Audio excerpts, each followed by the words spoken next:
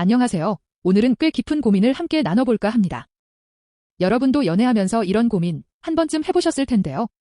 사랑이 식었는데 그럼에도 불구하고 계속 만나는 이유는 무엇일까요? 익숙함이 만든 감정의 덫, 그 속에서 우리가 어떻게 해야 할지 고민되는 순간들, 오늘 사연을 통해 함께 이야기해보려고 해요. 그럼 사연 들어볼게요.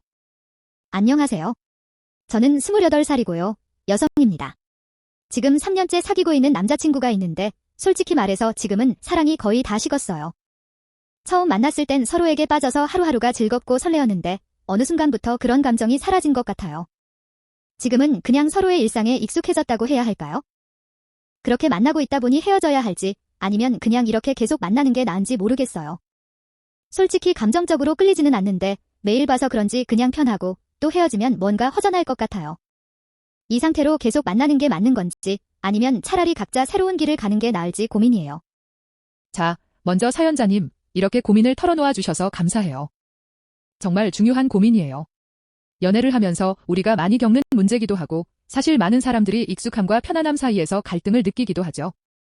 우리가 사랑을 하고 있다는 건 사실 감정적으로 서로에게 끌린다는 느낌이 있어야 하고 그런 감정들이 지속적으로 커져야 한다는 점에서 사랑이 식었다는 건 꽤나 큰 문제라고 할 수 있어요.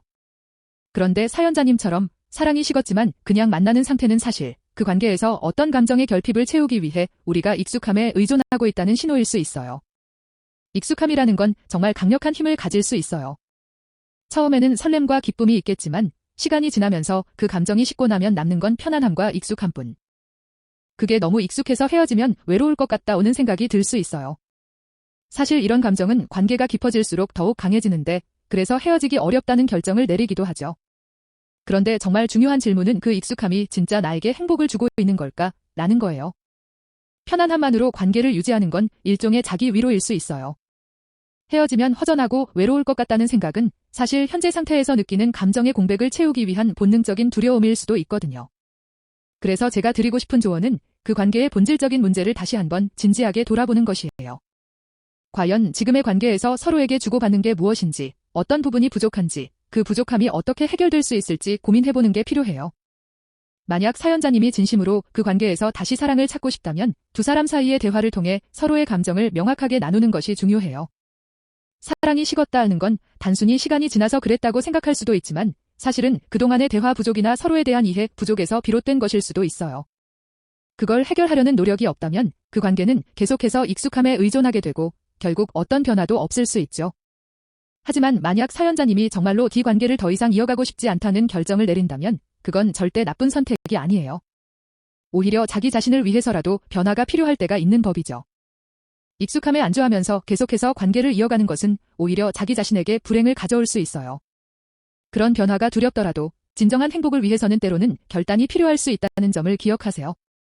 사연자님, 결국엔 자기 자신이 원하는 행복이 무엇인지, 그 행복을 위한 선택이 무엇인지에 대해서 진지하게 고민해보는 시간이 필요해요.